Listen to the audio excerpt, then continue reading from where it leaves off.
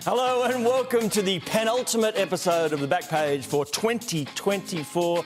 Let's get straight into it with Candice Warner and Robert Craddock. Good to see you, Tony. Welcome to both of you.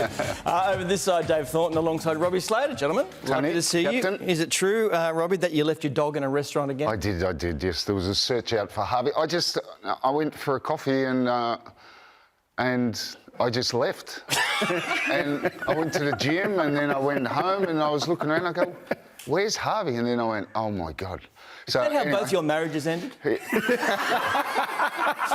funny you say that because one of the ex-wives was in the coffee shop. Maybe that's why I left it. And it ended up at the vet anyway. So in Forest Hill. We've done the maths. Yep. All right, they lost at home to New Zealand. Rohit Sharma is home with his new baby. Shubman McGill is out injured. Virat Kohli is out of form. And the whole India setup is paranoid about construction workers sneaking a peek at their net sessions. Welcome to the first Test crash. They're rattled. Yeah, there's a bit of that, I reckon. And even today, the media was said you could only assemble in Bay 124 of this giant stadium. Why? They were behind the nets and had to move. Why? But the other thing is, Tony, India have been here a week and have not uttered one word. And sure, tomorrow Ravi Ashwin is speaking, but I just think in the modern world, if you're coming for a major tour, Test cricket is on life support. First 5 Test tour. Yeah. I mean, talk it up, get out there, Candice. I just think that's unforgivable. They should be promoting the tour at this early stage. I think going with the screens and everything, I think it's more privacy than paranoia. I know when I've been over to India with David and during the IPL or Test matches, they train behind closed doors. So it's what they're used to. And they have such a huge following that, just going to a training session and not having that privacy, I think, would have been something that could be quite foreign to them. So I don't know if it is paranoia. I think the paranoia thing is right because I went to my local Indian takeaway and Indians, I thought, you're looking forward to the Test cricket? And he said, we can't talk about it. And he gave me my curry and I left. And your dog's still there. But I don't know, it's strange. Why was it all behind, like, all these black curtains? It feels...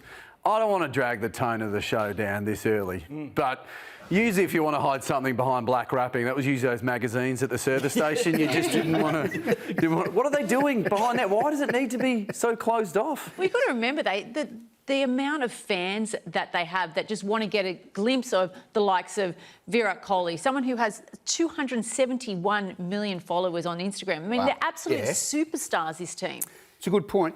But I will say this, I have yet to see a cricket team come here and be paranoid and beat Australia. The last 2 times India were here when they were coached by Ravi Shastri, he loved Australia. He loved the Chappells, he loved Doug Walters, he loved getting out, and he brought the team with him. You would see him out at night, and that attitude won them 2 Test series in Australia.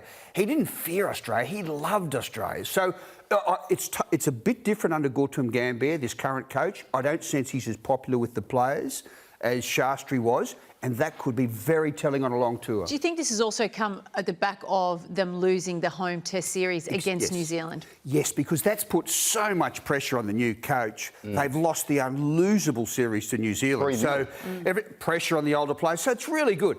That's the interesting thing. Both teams are old. Both teams are vulnerable. Someone's going to be taken down. Legends will be forced into retirement. Is the first Test, in your mind, crucial to the way it goes forward? For India, yes. If India lose the first Test, I think it's ta-ta for them.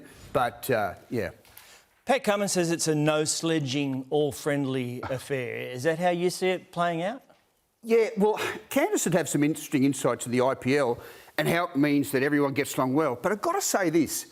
Since Australia lost their bite about, 6 or 7 years ago, they have struggled to beat India. And we're a much more chummy nation now. And I think since Sandpaper Gate, to be honest, we've changed our ways. But it's the aura has gone. Australia team now has no aura. They've got to do it on results. People don't fear them walking onto the ground like they used to. But India's also been told that Kohli should be a little bit more antagonistic, as he used to be, especially when he's playing here. And that he does. He has that swagger in Australia. Yeah, but I've got to say, what a technique. It's just beautiful, isn't it? Look at that, open nets as well. I mean, wow, what a treat. We got that shot. But he was snatching at it in India. He was run out in the last over of the game, last over of the day against New Zealand. That's not him. It's easy to have the swagger when you're on top. You're looking at a champion there who's averaged less than 29 in 3 of his last 4 years. He's struggling. I like the cut of Nathan McSweeney's jib.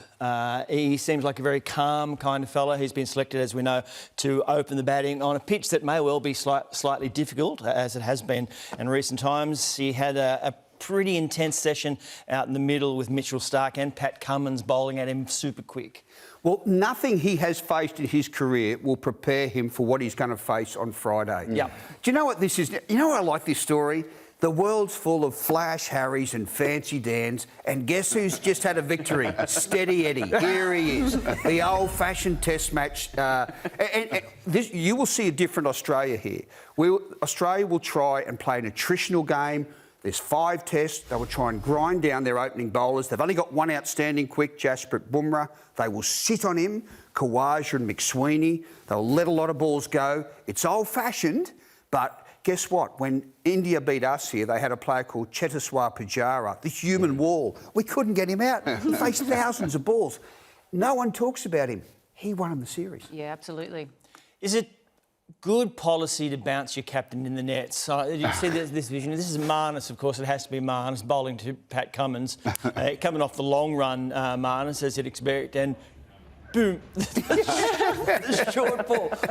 What's he trying? What message is he sending? That's Marnus saying, I can get some bounce in Perth too, Pat, if you want to bowl me.